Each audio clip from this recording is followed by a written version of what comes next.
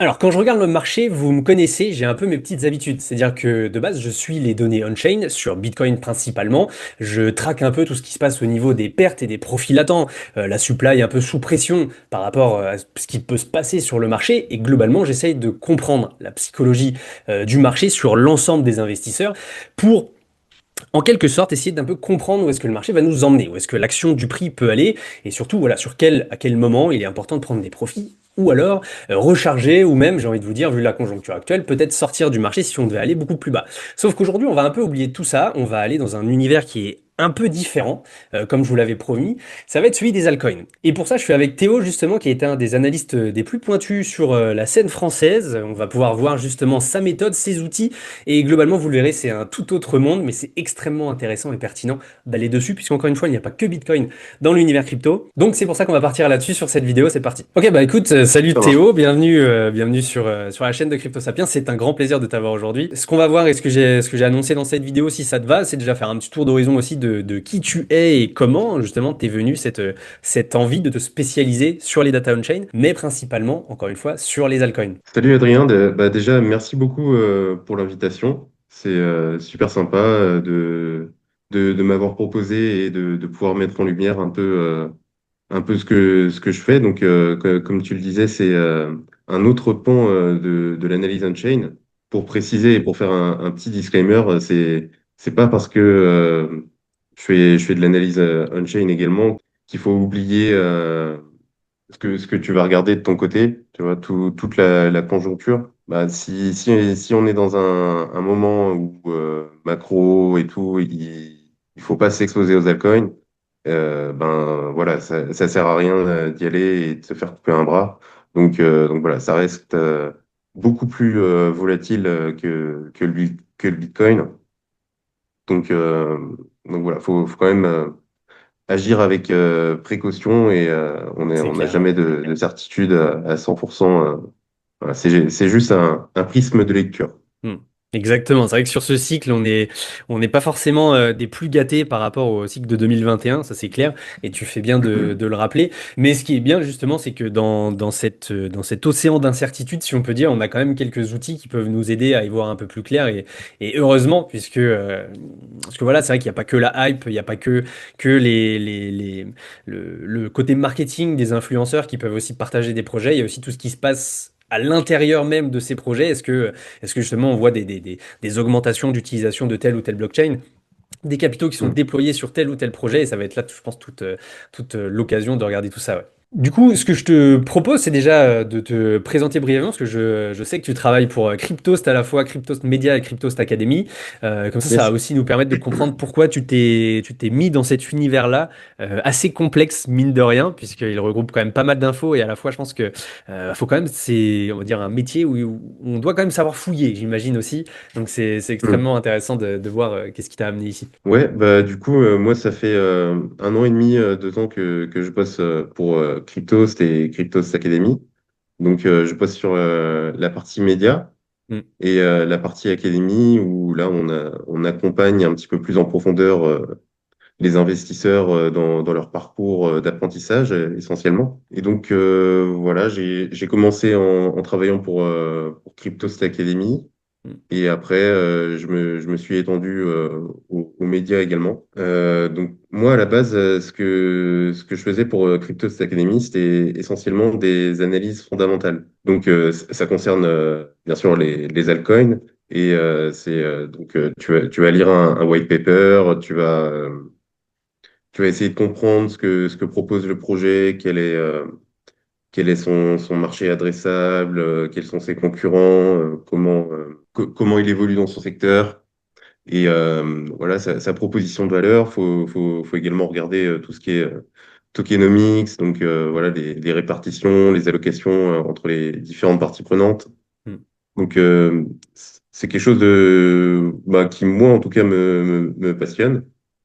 Donc, j'aime beaucoup analyser des projets comme ça.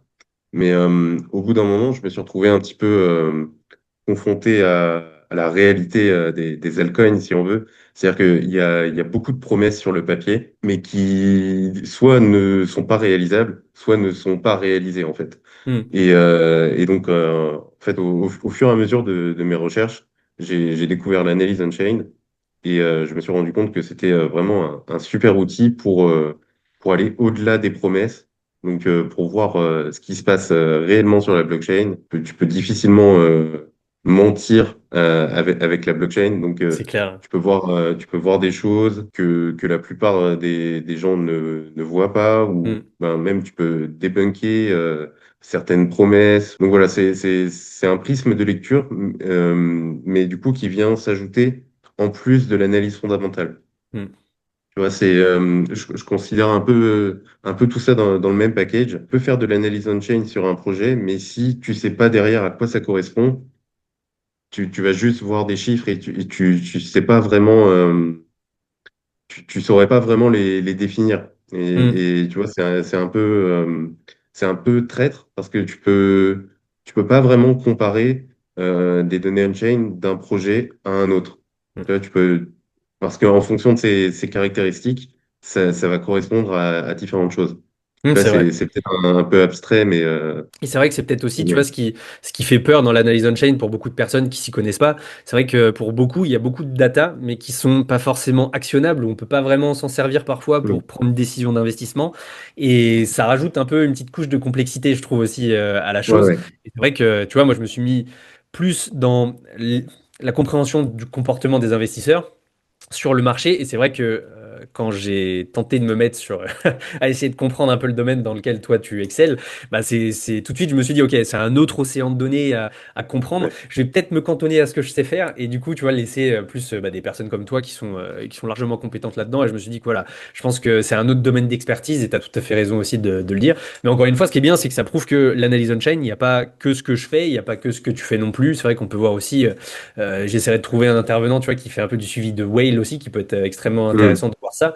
Mais c'est vrai que, comme tu dis, voilà, c'est un autre level aussi de difficulté à essayer de tout comprendre. Et comme tu l'as dit, en fonction des projets, de voir ce qu'on peut se servir comme data. Ouais. Ouais, ouais, bah, complètement. Je pense que tu as tout résumé. C'est il y a plein de pans différents pour Mm. l'analyse on-chain. Et bah, traquer les whales, c'est pareil. C'est quelque chose qui doit être passionnant, mais on peut pas être spécialisé dans chaque pan. Donc voilà. Moi, c'est pareil, ça m'intéresse beaucoup Mm. ce que tu fais, l'analyse des holders, les STH, etc.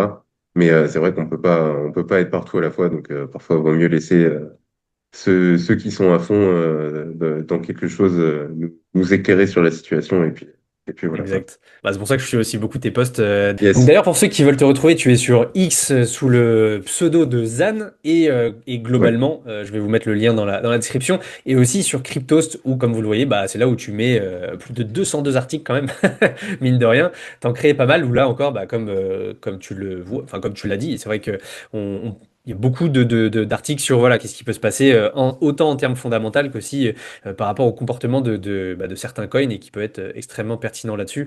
Donc Mm. vraiment allez jeter un œil à ça puisque bah, encore une fois c'est un nouveau pan de l'analyse on-chain qui peut vous passionner là aussi. Il n'y a pas que Bitcoin dans la vie, ça c'est clair. Après, Vas-y. pour me faire l'avocat du diable, il y a pas que Bitcoin, mais s'il y a bien un seul actif que je peux conserver sur des années les yeux fermés, c'est Bitcoin, quoi.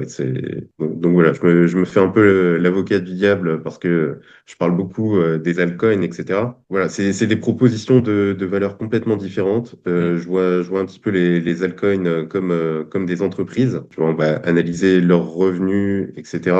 mm, Mais pour Bitcoin, voilà, c'est une proposition de valeur complètement différente. C'est une révolution monétaire pour ma part. Donc voilà, je dénigre absolument pas le Bitcoin et s'il y a bien quelque chose à conserver sur plusieurs années dans son portefeuille, mm. c'est du Bitcoin et c'est pas le premier shitcoin ou même ce qu'on peut prendre pour de l'investissement pour plusieurs semaines, plusieurs mois, quoi. Non, après, c'est clair, je pense que comme beaucoup, et j'en fais partie, je suis pas non plus Bitcoin maximaliste, loin de là, mais c'est beaucoup plus, voilà, à chercher une performance un peu plus rapide sur certains ALT pour justement peut-être accumuler un peu plus de BTC que l'on pourrait juste en le détenant aujourd'hui. Donc, je pense que c'est pour ça que beaucoup d'investisseurs sont très exposés sur les ALT puisqu'ils essaient de rechercher Ouais. cette surperformance et que ce soit pour des projets personnels ou encore une fois accumuler le plus de BTC possible, je trouve que c'est tout à fait viable. Et encore une fois, heureusement qu'on a des outils comme ceux que tu vas nous présenter, ouais. Ce dont je me sers principalement, bah celui-là, je pense la plupart des gens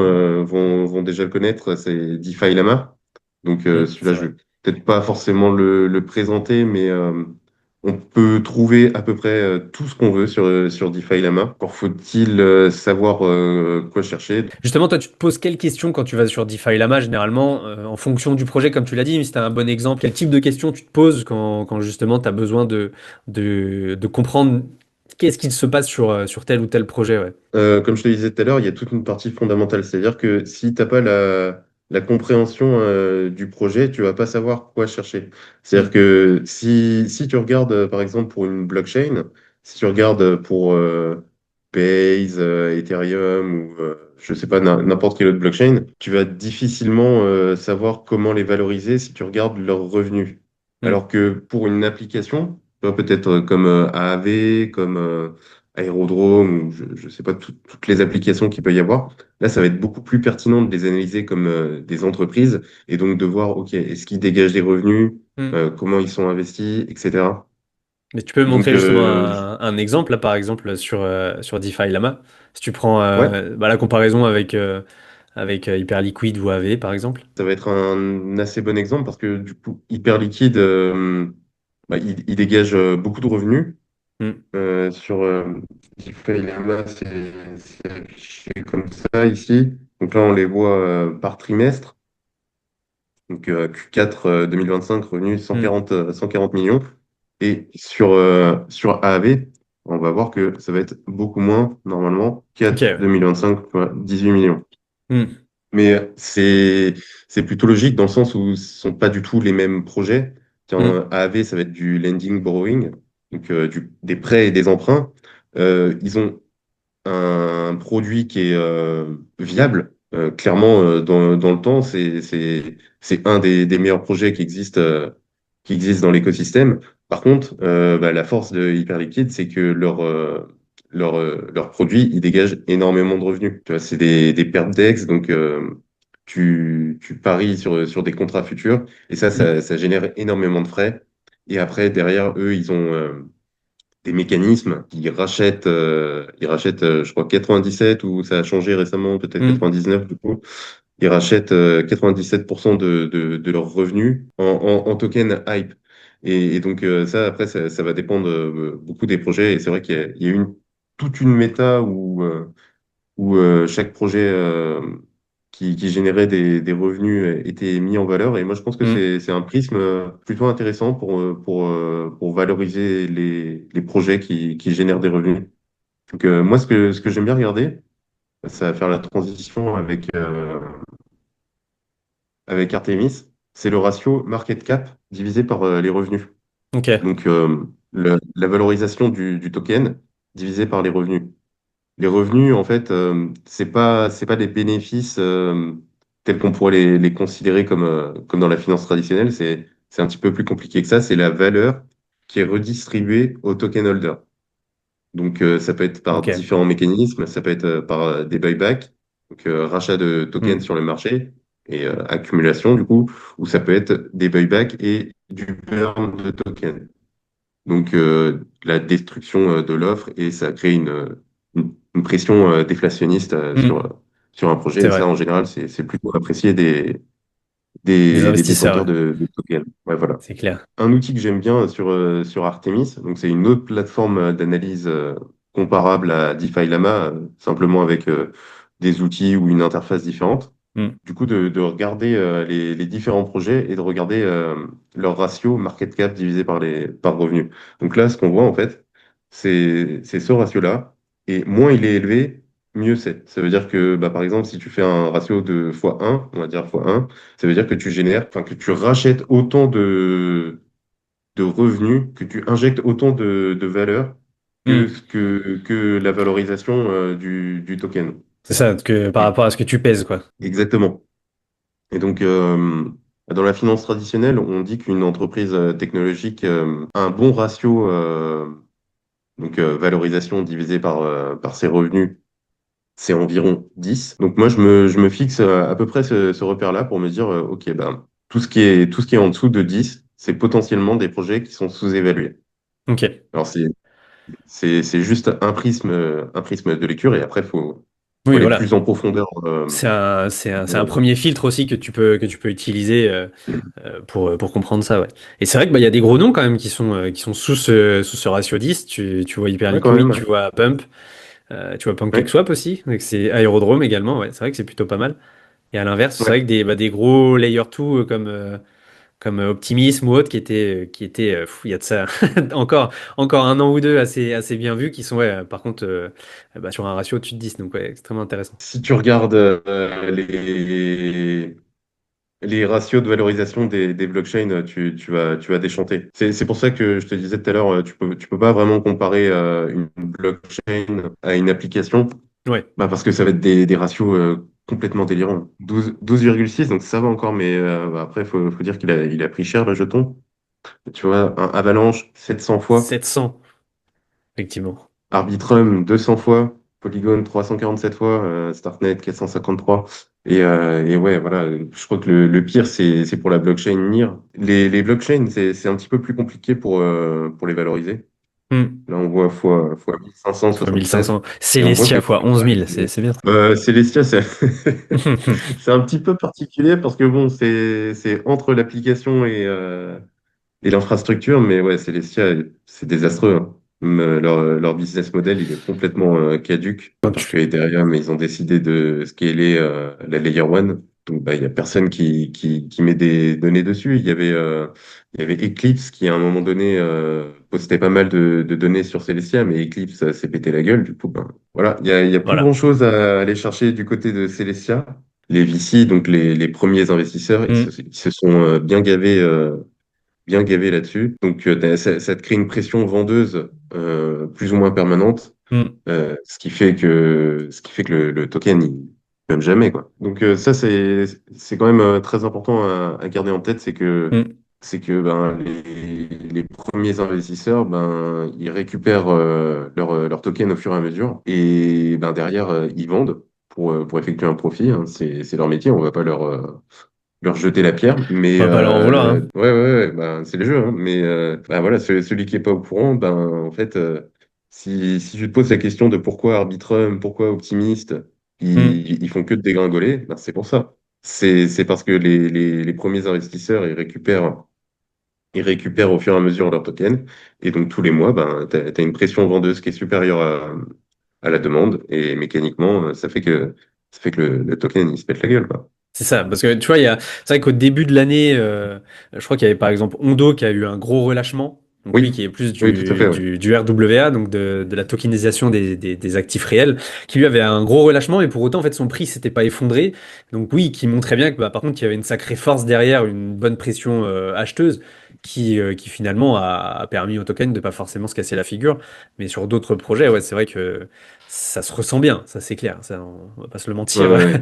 Quand tu montes justement à Celestia, c'est vrai que c'est assez affolant. Ouais. Ouais, bah, faut savoir que du coup, il y a beaucoup de projets qui sont dans cette situation-là. Moi, je pense, donc c'est que mon avis, mais que c'est notamment une des grandes raisons pour lesquelles les altcoins ne performent pas, c'est il y a sans arrêt des nouveaux tokens qui arrivent sur le marché, sans compter des nouveaux tokens, des nouveaux projets qui sont créés, mais il y a sans arrêt des nouveaux tokens qui débarquent sur le marché en offre, Hmm. et la demande, elle suit pas derrière, donc bah, mécaniquement, ça se casse la gueule, quoi. C'est intéressant parce que du coup, peut-être que ce premier prisme dont on a parlé dans la vidéo avec les projets qui génèrent pas mal de revenus, c'est déjà Ouais. peut-être un premier pas en avant sur ce tri qui va devoir se faire au bout d'un moment entre les projets qui vont survivre ou non.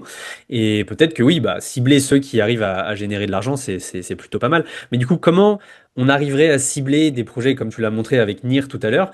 Quel Hum. type d'autres métriques tu regarderais pour savoir si le projet est quand même toujours viable ou s'il a toujours quand même un potentiel, on va dire, autre que marketing, autre que spéculatif. Qu'est-ce que tu regardes dedans pour te dire que lui, ok, vu qu'il surfe en plus sur plusieurs narratifs qui sont quand même intéressantes, je crois qu'il a quand même un pied aussi dans l'intelligence artificielle, de se dire, ok, Mir, qu'est-ce que ouais. tu regarderais toi pour te dire, ok, c'est pas parce qu'il génère peu de revenus ou qu'il a un market cap, un ratio market cap revenu qui est un peu dégueu, où tu vas te dire, il y a quand même d'autres, bah, comme tu l'as dit au début de cette vidéo, d'autres types de métriques qui sont quand même intéressantes à regarder. C'est vrai que j'ai regardé il y a pas très longtemps Nier, et Nier, c'est compliqué, hein.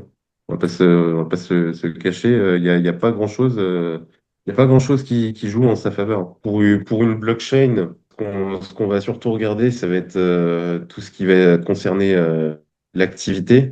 Mm. Donc on peut regarder le nombre d'utilisateurs, mais c'est une métrique qui est assez, je dirais qu'elle n'est pas hyper pertinente dans le sens où n'importe qui peut faire tourner un bot et Mm. spammer X transactions par jour sans trop de difficultés sur une blockchain où les frais sont C'est relativement ridicule, ouais. bas. Mm. Mm. Voilà. Donc sur une blockchain comme NIR, il y a potentiellement plein de bots et le nombre d'utilisateurs journaliers, ça va pas forcément être très pertinent. À la limite, ce qu'on peut regarder, c'est le volume de trading sur les DEX. Là, on voit Mm. qu'il y a quand même un peu de volume. On est On est quasiment en ATH, donc ouais, c'est sur pas si quelque mal ça. chose qui est quand même un peu à la limite en parabolique, qui arrive Ouais, ouais. en parabolique, ouais.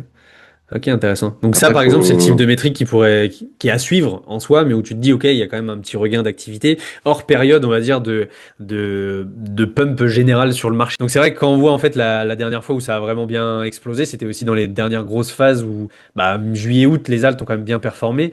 Et c'est vrai que Ouais, bah, après, il y a quand même complètement. Ouais. ce gros creux et ça reprend un peu. Donc à voir si Hmm. justement ça peut être le type de projet où bah, le prix ne fait pas grand-chose, mais peut-être que fondamentalement, il y a des choses qui se passent à l'intérieur, comme là avec un peu plus d'action au niveau des DEX, un peu plus de volume, à voir ce que ça pourrait donner. Mais c'est déjà un premier indicateur qui peut nous aider à y voir un peu plus Ouais. clair aussi sur peut-être la future tendance d'un token, d'un projet. Ouais, ouais, complètement. Bah après, NIR, je sais qu'il y a des choses intéressantes du côté fondamental quand même. Comme tu Mm, disais, ils sont pas mal axés sur tout ce qui est intelligence artificielle. Je crois que les fondateurs, leurs anciens tafs, ils concernaient beaucoup l'intelligence artificielle. mm. Et du coup, ils sont vachement axés là-dessus.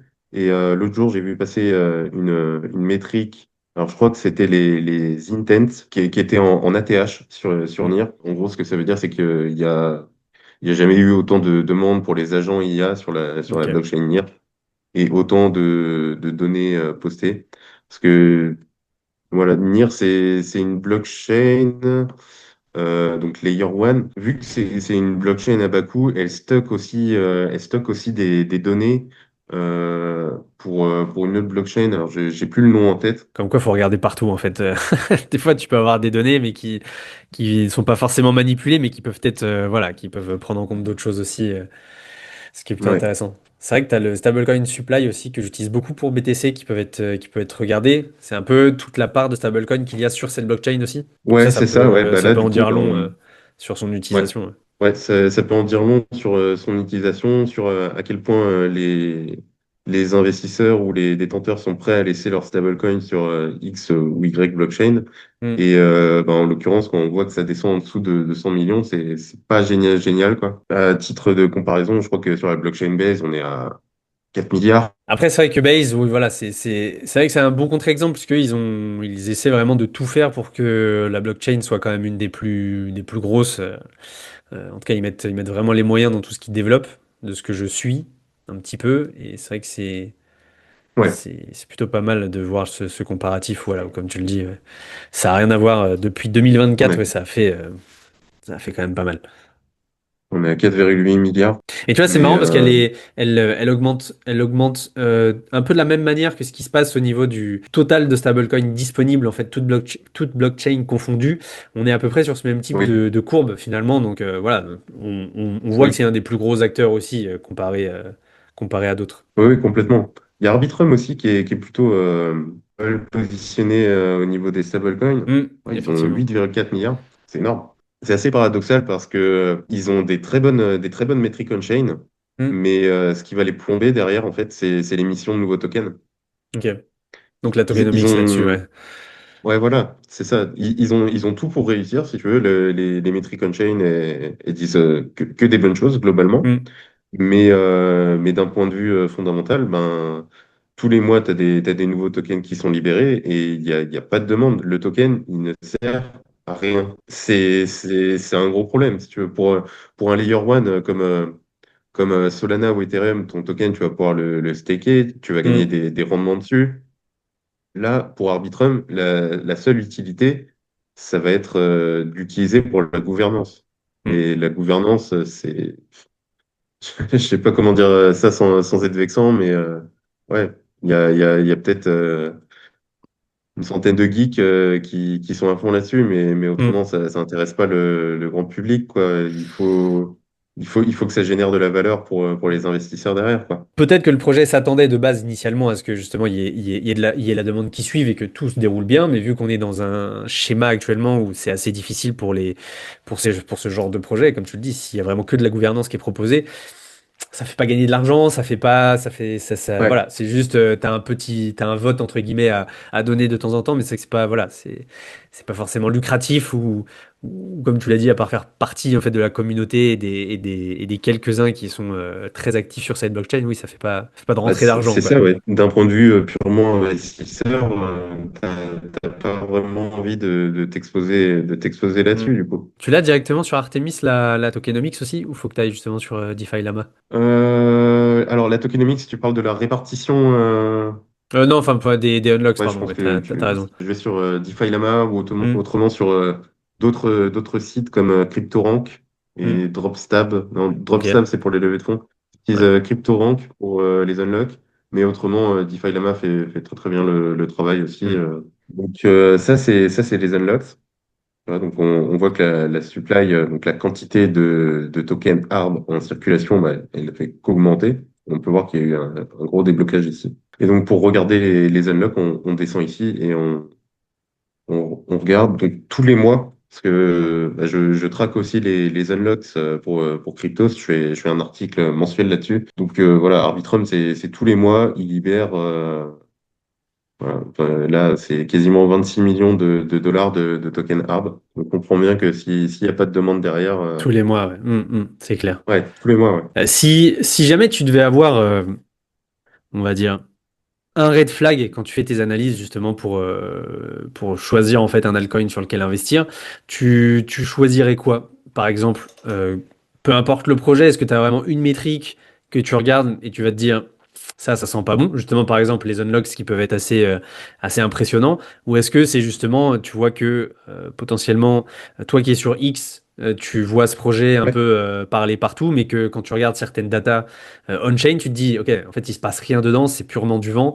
Qu'est-ce qui peut te mettre la puce à l'oreille généralement quand tu... Parce que ça, c'est, je pense, des gros points aussi de ce qu'on peut appeler des gros pain points que peuvent avoir la plupart des investisseurs à se Hmm. dire, OK, est-ce que je crois à ce que je vois? Est-ce que, même si je fais un peu mes devoirs, qu'est-ce que je dois regarder finalement pour me poser la bonne question et voir si j'investis dessus ou pas? Si j'en entends parler sur les réseaux sociaux, je vais toujours un peu me méfier, voir Hmm, de qui ça vient, pourquoi on en parle, et surtout, bah, s'il y a plusieurs personnes à en parler en même temps, ben, c'est potentiellement une campagne marketing.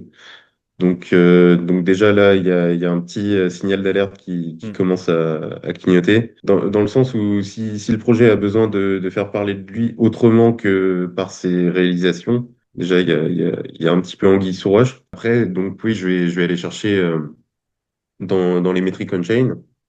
Donc en fonction du projet, si c'est mainstream, je vais pouvoir trouver des données sur Artemis ou sur DeFi Lama. Si Hmm. c'est un peu plus niche, il va falloir aller chercher du côté de Dune. Donc là, on peut avoir des infos assez intéressantes. Pour prendre une décision d'investissement, faut vraiment aller en profondeur, quoi.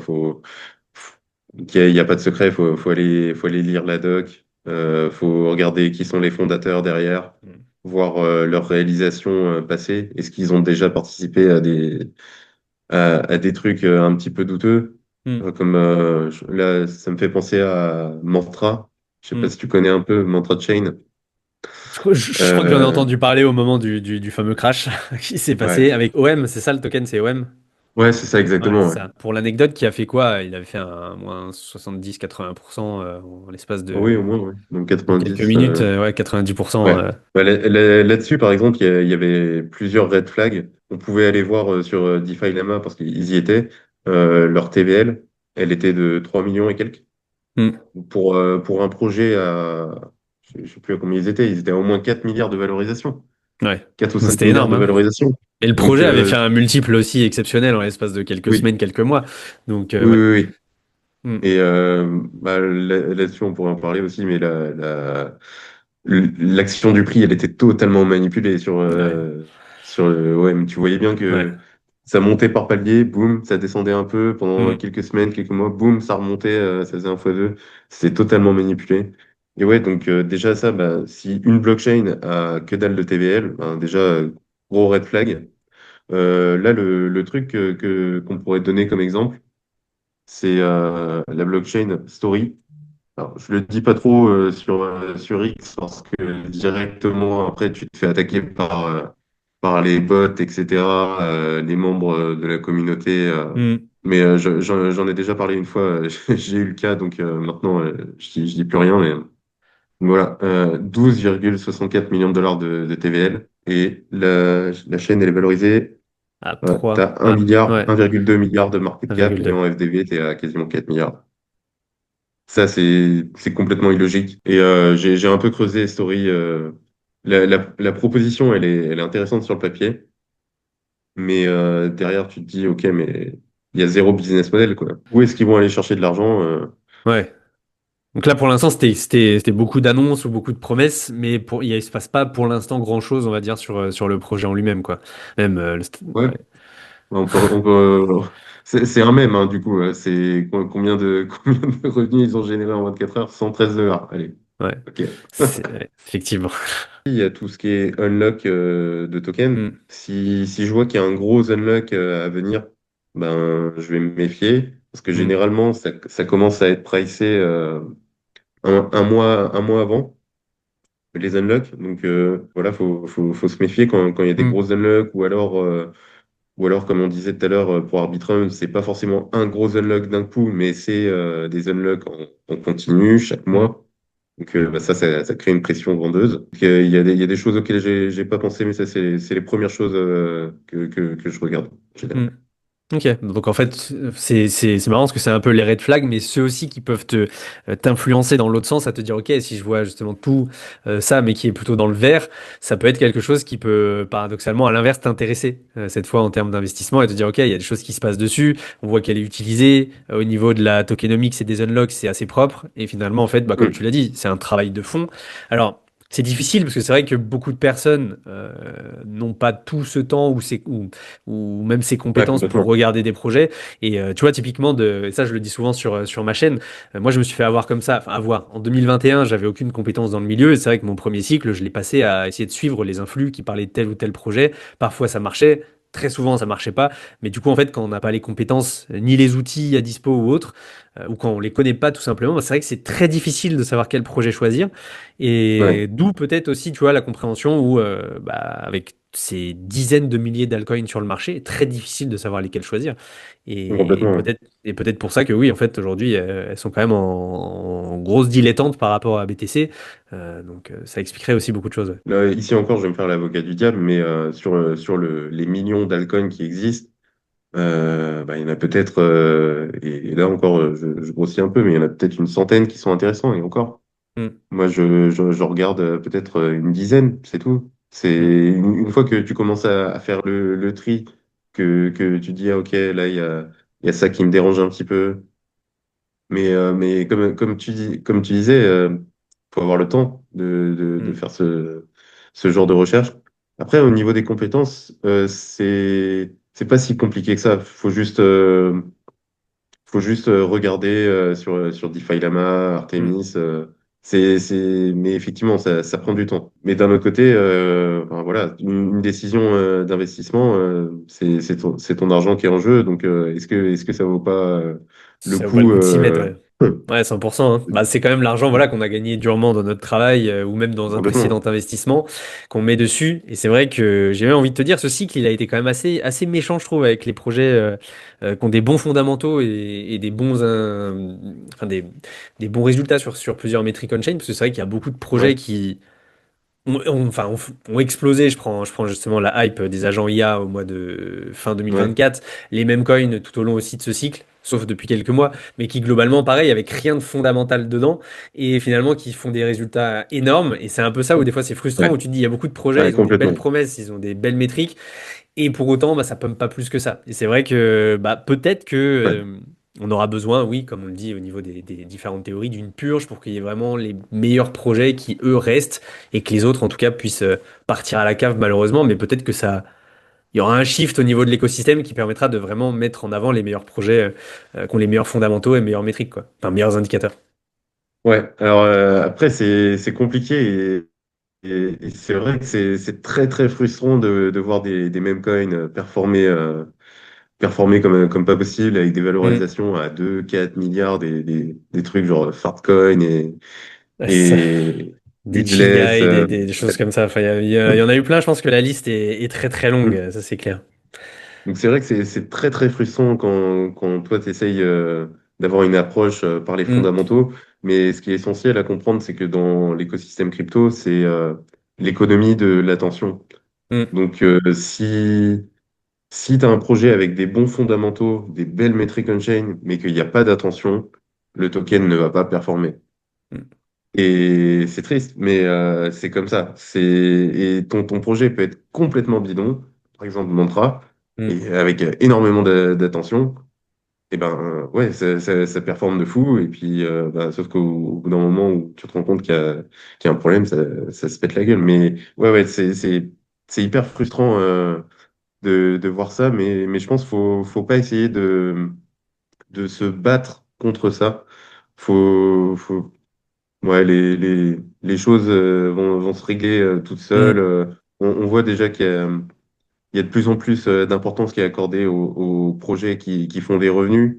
C'est ça, ouais. En tout cas, moi, je le vois sur mon feed X. Mm. Je vois que, après, c'est peut-être mon algorithme qui est biaisé Non, aussi. mais je vois la même chose. C'est vrai que ils sont quand même bien mis en avant de par Ouais. aussi bah, cette capacité à générer des revenus et potentiellement survivre à un prochain bear market ou autre, puisque évidemment ils sont quand même assez lucratifs, ça c'est clair. Et c'est encore une fois, comme tu l'as dit, pas uniquement basé sur du vent ou de la hype, ou c'est pas, comme on peut le dire, le fameux mot les vaporware où on se dit Mm. c'est basé sur une croyance, sur du rien, et c'est pour ça que c'est extrêmement intéressant et pertinent l'analyse on-chain, mais sur les altcoins, puisqu'on découvre encore plein d'autres choses en dehors même de ce que moi je peux faire dans mon Discord, où parfois on parle des altcoins, mais tu vois encore toujours sur cette idée de quel est le coût moyen d'investissement, enfin d'acquisition, quelle est la part de profit réalisée sur ce dernier pump, etc. Et donc là, c'est plutôt pas mal de le voir comme ça aussi pour ceux qui, bah, comme tu l'as dit, souhaitent rechercher des projets solides, qui peuvent avoir une durée de vie un peu plus longue que certains autres qui sont là que pour quelques mois, quelques semaines. C'est vrai qu'on prend le projet AV, etc., qui lui est là maintenant depuis plusieurs années. Donc ça se construit aussi petit à petit et peut-être que on verra ces projets-là comme enfin encore de plus grands géants, enfin qui deviendront des plus grands géants dans quelques mois, années aussi en fonction de comment enfin de tout Mm. l'écosystème se développe. Donc ça, c'est extrêmement intéressant. Ouais. Bon, écoutez, j'espère que cette vidéo vous aura plu. On était avec Théo, n'oubliez pas, vous pourrez le retrouver donc dans la description de la vidéo sur son Twitter, sur son X et bien sûr sur Cryptost également. C'était extrêmement intéressant. J'espère que cette vidéo vous aura plu et que cette thématique un peu différente vous aura aussi fait peut-être découvrir un nouvel horizon d'analyse on-chain, parce qu'encore une fois, on peut vraiment y trouver son compte selon ce qu'on aime bien. Moi, j'aime beaucoup travailler sur le comportement des investisseurs. Théo, beaucoup plus sur la compréhension de ce qui peut se passer vraiment dans un projet, justement un peu au-delà de toute la spéculation ambiante. Et donc voilà, c'était une très bonne vidéo. Peut-être qu'on s'en fera d'autres très régulièrement avec Théo, évidemment, si ça vous a plu. Donc voilà, Théo, merci encore d'être venu sur ma chaîne. Et puis bah écoute, je te laisse le mot de la fin, mais c'était un grand plaisir de t'avoir avec nous ici. Bah, merci beaucoup pour l'invitation. C'était super cool de pouvoir discuter et échanger ensemble. Et puis, ben, Mm. on se refait ça avec grand plaisir si ça intéresse ta communauté ou voilà. Eh bien, excellent. Donc voilà, avec grand plaisir parce que j'ai montré que un cinquième de ce que j'avais Ah bah préparé, oui, mais j'imagine. C'est les aléas aussi de parler entre passionnés aussi de ce monde-là. Donc, entre guillemets, c'est normal on n'arrive pas à aller à chaque fois au bout de tout ce qu'on veut dire, ça c'est clair. Ça c'est clair. Bon, en tout cas, merci à toi Théo. Et puis, bah écoutez, on se dit à très bientôt.